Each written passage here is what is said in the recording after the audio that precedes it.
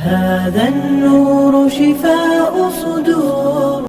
بعد از مرگ چون به قبر درآیی، ملک الموت گوید: ای فرزندی آدم، کجاست گوشی تو که بشنوی؟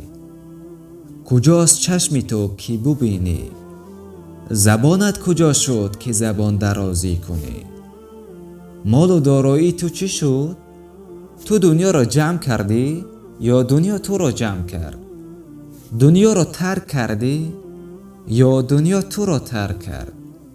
از خاک آفریده شدی و به خاک برگشتی. به گناه تولد شدی و با بار گناه مردی. ضعیف و ناتوان و گریان به دنیا آمدی و با تکبر و فرار از دنیا رفتی. برادران و خواهران، مرگ را هیچگاه از خاطرتان نبراره. السلام علیکم و رحمت الله و برکاته.